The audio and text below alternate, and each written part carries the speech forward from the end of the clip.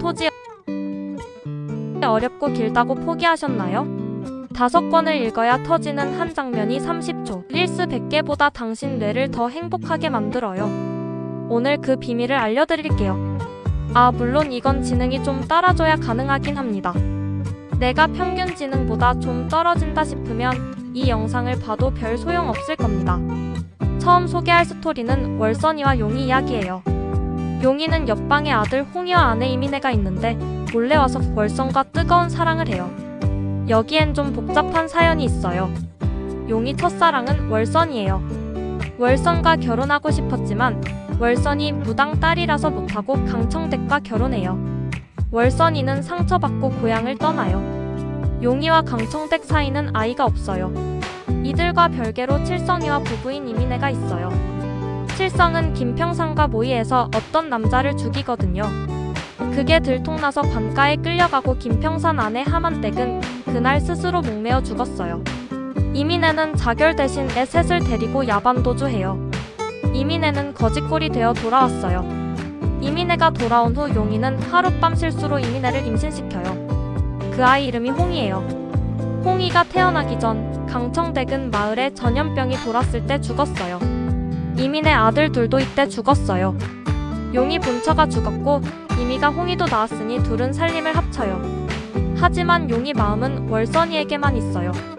어떤 사건이 터지고 용이는 마을을 떠나게 돼요. 이민혜는 월선의 가게에 얹혀 살아요.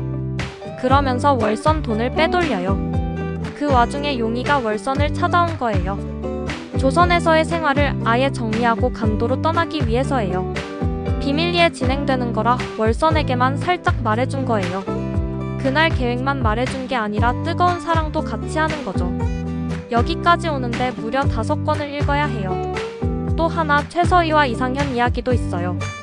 둘은 원래 어른들이 정혼자로 염두에 두고 있었는데 서희네 할머니가 돌아가시는 바람에 상현은 다른 사람과 결혼해요. 그래놓고서 상현은 자기가 마음먹으면 서희와도 결혼할 수 있다고 믿거든요. 양반 남자로서 첩을 들이는 건 당연하다고 생각한 거죠. 그런데 서희가 상현을 불러서 술을 마시면서 이거 마시면 우리 의남매 맺는 거라고 먼저 선수를 쳐요. 상현은 생각지도 못한 제안에 우물쭈물하다가 수락하고 상현이 수락하자마자 서희는 자신의 하인이었던 길상과의 결혼을 상현에게 의논해요. 겉으로 보기엔 의논이지만 이건 상현에게 엿먹이는 거예요.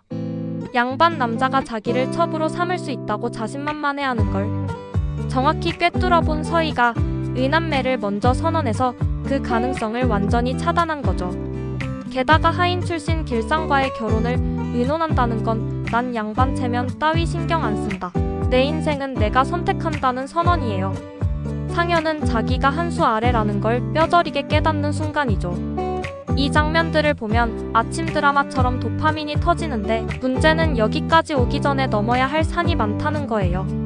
이민혜, 강청댁, 용이, 월선에 대한 서사가 자세하게 펼쳐지고 서희 집안의 몰락과 재건 과정, 일제강점기가 시작되는 불안한 시대상, 이들 주변 인물의 이야기까지 서술되어야 할 부분이 너무 많거든요.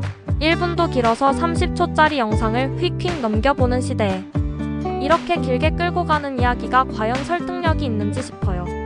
그런데 이건 정말 건강한 도파민을 만드는 지름길이에요. 우리 뇌는 예측과 보상의 메커니즘으로 작동해요.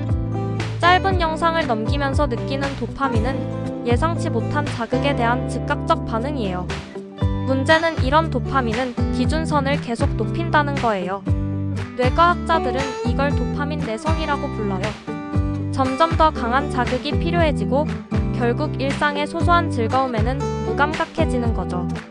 반면 5권 동안 월선이와 용이의 인연을 추적하고 서희가 어떻게 집안을 일으키는지 지켜보는 동안 여러분의 뇌는 복잡한 패턴 인식 작업을 수행하고 있어요.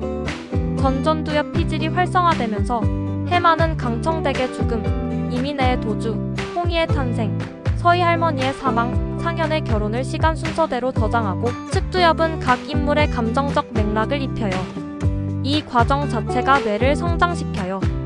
그리고 마침내 용이가 간도행을 앞두고 월선을 찾아오는 순간 서희가 상현에게 의남매를 선언하고 길상과의 결혼을 통보하는 순간 터지는 도파민은 지연된 보상에 대한 거예요. 스탠퍼드 대학의 유명한 마시멜로 실험을 기억하세요? 기다릴 줄 아는 능력이 인생 전반의 성공을 예측했잖아요. 수백 페이지를 읽으며 기다리는 행위는 바로 이 보상 지연 회로를 강화시켜요. 복측 선조체와 안화 전두피질 사이의 연결이 튼튼해지는 거죠. 더 중요한 건 이렇게 얻은 도파민은 맥락과 의미를 동반한다는 점이에요. 월선이 무당 딸이라는 이유로 받은 상처, 강청댁과의 불행한 결혼, 이민혜의 배신과 생존, 전염병으로 죽어간 사람들, 서인의 집안의 몰락, 양반 체면과 신분제의 굴레, 일제강점기라는 시대적 비극까지 모두 이해한 상태에서 만나는 그 장면들은 단순한 자극이 아니라 복합적 정서 경험이 돼요. 신경과학에서는 이걸 풍부한 인코딩이라고 해요. 여러 뇌 영역이 동시에 활성화되면서 만들어진 기억은 훨씬 오래 남고 여러분을 변화시켜요. 책이 특별한 이유가 또 있어요. 영상은 이미지와 소리를 제공하지만 텍스트는 여러분 스스로 장면을 구성하게 만들어요. 용이가 월선을 찾아왔다. 서희가 술잔을 들어 의남매를 청했다는 문장을 읽을 때 여러분의 뇌는 시각 피질을 동원해서 그 장면을 상상하고 감각 운동 피질까지 활성화되면서 마치 그 감정을 체험하는 것처럼 반응해요. 상현이 당황하는 표정, 서희의 단호한 눈빛을 여러분이 직접 그려내는 거죠. 이 능동적 참여가 디폴트 모드 네트워크를 강화시켜요. 디폴트 모드 네트워크는 자기 성찰, 공감, 창의적 사고를 담당하는 네트워크예요. 결국 건강한 도파민이란 뇌를 성장시키는 도파민이에요. 즉각적 쾌락은 회로를 마모시키지만 인내를 요구하는 서사는 회로를 구축해요. 이민혜의 야반도주부터 용의의 간도행까지, 서희 집안의 몰락부터 상현을 제압하는 통쾌한 한 수까지 복잡하게 얽힌 이야기를 따라가며 얻는 보상은 전전두엽을 단련시키고 감정 조절 능력을 키우고 깊이 있게 생각하는 힘을 길러줘요.